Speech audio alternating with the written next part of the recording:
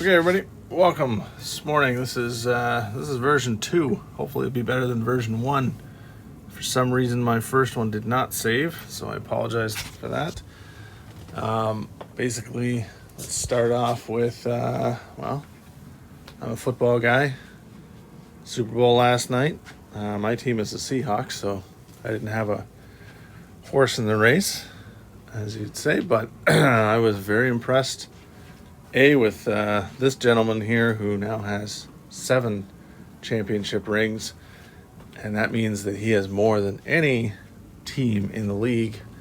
The Steelers and the Patriots both having 6 for their team, like their franchise history, and he has 7, which is obviously ridiculous. Obviously, those 6 Patriot ones are with him, but anyway, very impressive. Especially considering he and I are the same age.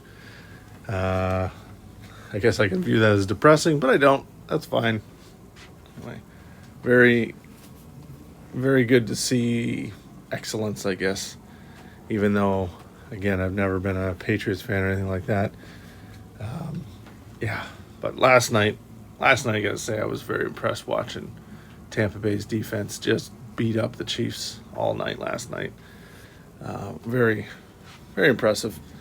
Obviously not the thrilling gunslinging game that some of them have been, which are not my favorite games actually. But anyway, I'll get away from talking about football, even though I could talk about that for 20 minutes, but I won't.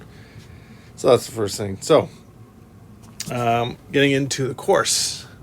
All right. So first, let's go through some class questions. So one of the questions was, basically, I'm going to combine these two: effects of economic failures on some and not others. And then the other one is changes in the economy during the pandemic. So those 2 questions. So one of the things was, when the pandemic hit and started, some people were able to stay home and work, and other people weren't able to do that. If you were going to work, right, you had to go and leave home and work. So, for instance, if you drove public transportation, then you had to go out and do that. If you worked in a school, though, you worked remotely, but that wasn't always the same. I don't know how, in some ways, certain jobs in the school were able to do it from home and others not. Same thing with different businesses. They moved their operations to their home. Some companies may never go back. That may be an effect of the pandemic, is that home office work and stuff like that is going to be a normal, although we'll see if people fatigue of that, as it's been almost a year. But yeah, so there's right now in this way,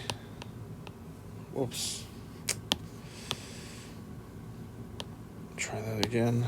It's harder when I'm standing up. Social divide. So that's just from people that can work from home and cannot. Certain careers, we've seen that the lower income jobs are more highly affected in terms of losing wages, losing opportunities to work. In certain parts of the world, especially North America, that has hit. They've hit certain demographics higher. Women have been highly affected by the pandemic versus men. Visible minorities have also been more affected because of the nature of jobs that groups have. They've been greatly affected. So maybe from this we get more equality in terms of what type of jobs everybody is doing.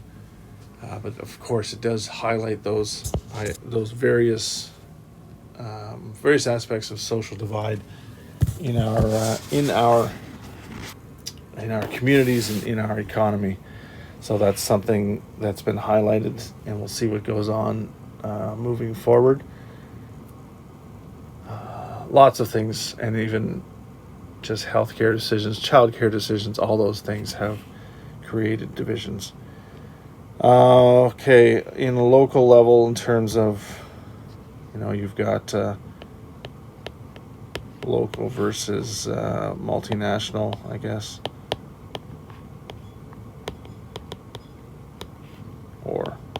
operations. Local businesses have suffered a lot. Restaurants have suffered a lot. A lot of closures there. Local shops, a lot of closures. So we're going to see a lot of businesses not be able to survive the pandemic. You just can't. You can't continue to survive without bringing in money.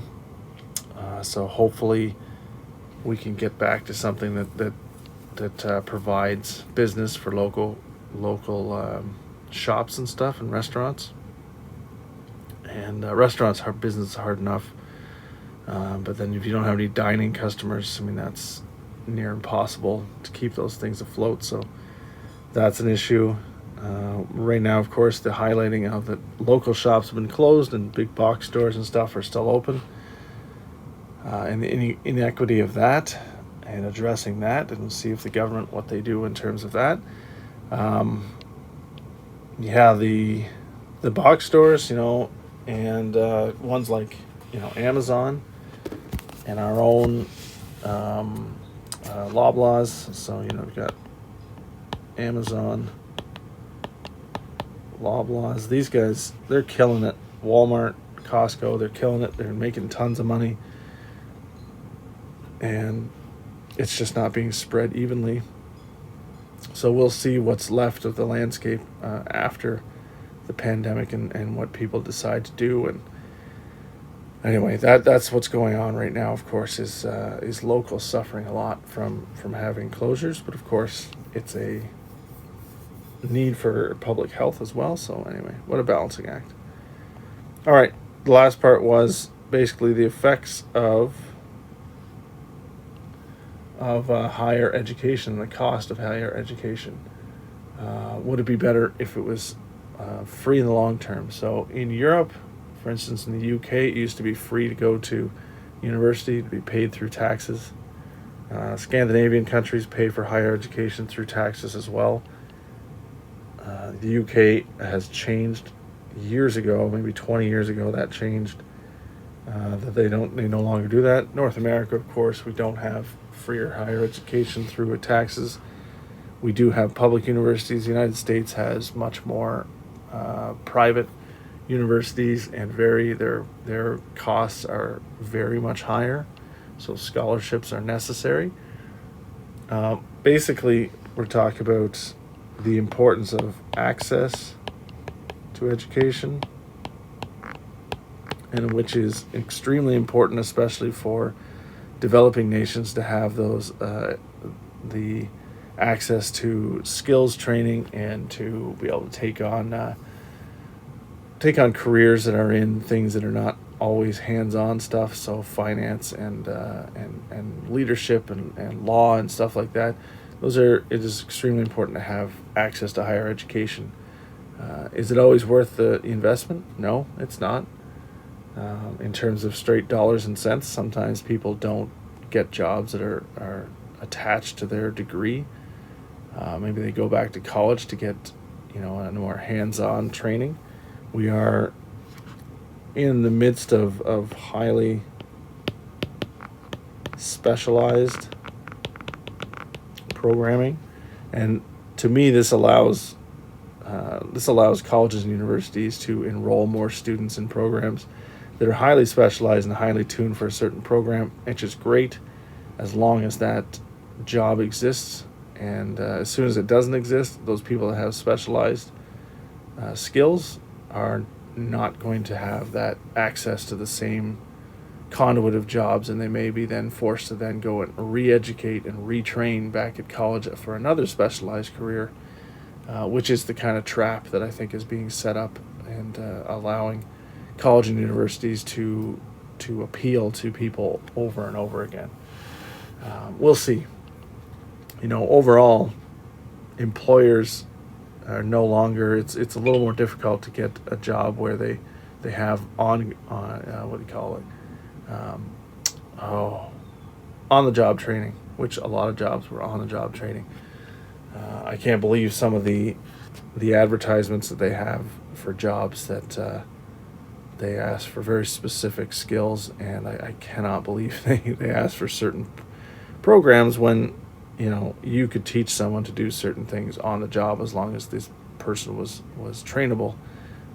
But we'll see how that kind of goes in terms of specific training as well. For me, I see it as an ability of companies, and not companies, sorry, schools, to market themselves to students. I think it's part of a marketing tool, but anyway. All right. So moving on from that, and I go over this again really quickly, just from some questions. So this course is in an octomester. Octomesters, this one's 24 days, it's 5 weeks. So that means 1 unit per week, and 1 day equals 1 week. So every day you fall behind a week. Now that's not meant to, oh my gosh, it's scary. If last week you didn't get a ton of work done, you can always catch up to a certain extent. You just need to be aware that you don't have the option of not doing work for very long. In an octomester system, it buries you if you let it. So if you're behind after week 1, okay, so now maybe hopefully the pacing a little better. Now hopefully you're getting a little bit more acclimatized to how the course runs. So again, the course runs, you watched video, you go to the content if there is content to go to, and then you complete either an assignment, portfolio, or discussion piece, right? And then in the afternoon, you go right back to watch a video, content, complete. All right, that is the way this course is going to run. That's the way I've set it up. You cannot, and I got to stress this, you cannot skip into don't use that. I showed you, I think, in the last video. You cannot skip through the excuse me. You can't skip through the assignment button. It's going to confuse you to no end. I put that out there before. There's tons of assignments listed there. We're not doing a lot of them, and you're just going to get yourself confused. So stop doing that. Make sure you watch the videos. Make sure you're paying attention. Remember, I do have access. YouTube gives me access to analytics, so I can tell how long people are watching videos, when they drop off, that kind of stuff. That's just like if you were in class and you didn't pay attention for a class. Well, that's on you, right? So your job is a student, and you've got to follow what the teacher, that's me, gives you to do. I'm definitely here to help you out, but I'm not redoing videos multiple times. Even this topic I've done a couple times. So hopefully some people are getting sick of hearing it, because then you'd realize how many questions I get about the same thing over and over. But anyway, again, it can be annoying. I get it, in terms of, well, I guess that's misleading. What I mean is, it takes time to get used to something, but ultimately you have to get used to certain things. So it's not a shot at anybody, any group of people, but I'm here to help you, and you're there to be the student. So we each play a role, and we're going to do the best we can.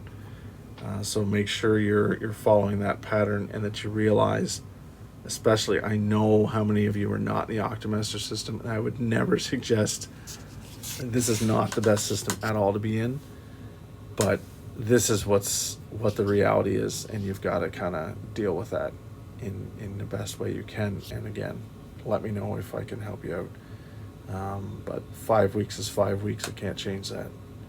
All right. So on to today. So today, now I had it on in terms of, what happened there? You gotta be kidding. Where'd it go? Oh, I think it's on. Yeah, it is. Okay. So it wouldn't, that was so just like, you gotta be kidding. One again. It wouldn't load it up on D2L on here, which is really irritating. But this is what you're going to be looking at once you've finished the coal mining assignment and handed that in. Unit 2 is going to unlock, and you're going to have the first thing, types of ownership. If you've done any business courses, I'm sure you've come across types of ownership. I'm not going to go through them with you out loud. I'm just going to skip to the questions just to make sure everybody understands what is being asked of you. So after you go through all those things, you're going to be, and again, if you've taken business courses, you know a lot of this stuff. Grade 10 business tells you all those types of ownership. At the end, I ask you to record answers to the following scenarios in your portfolio. Right? So easiest for me would be a video of you talking about it. I'm going to do number 1 with you, so you don't have to do number 1. So once again, if I hear people doing number 1, I'll know that you weren't listening. But here it is. It's confusing. I'm doing number 1 because people find this confusing because of the way I've worded, I guess. So I want to make sure you understand. So I want you to look at these different types of businesses. If you haven't seen somebody for months or like a year and they come back into town and you want to kind of get together and have coffee and stuff, where would you go? Would you go to like a Starbucks?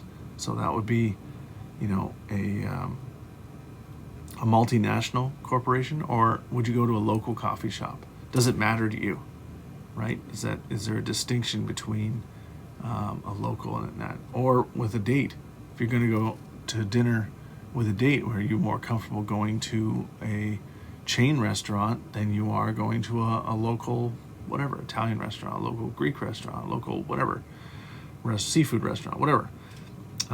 Doesn't matter to you. Why does it matter? Why would you go to one over the other? And then, for some of these aren't going to apply, but other ones they are. They all apply in terms of what is the effect on the economy. So if you go and choose a local business, if that's what you're going to go to, then local business is going to be stimulated, and you're going to have that continued presence of local businesses in your community. If you choose to go to a multinational, then you're going to have the chain stores, there in bigger force, and you're going to have less of an impact for local businesses, and there's going to be fewer local businesses. For healthcare decisions, things like that, if you choose to go to a private clinic over a publicly funded one, well, then you're incentivizing the government to cut funding to that particular service. So, for instance, education, if you were to go to a private school in education, you are taking your dollars out of the public system. So again, you're incentivizing the government to provide funding for private or to not provide at all for education, one of the two,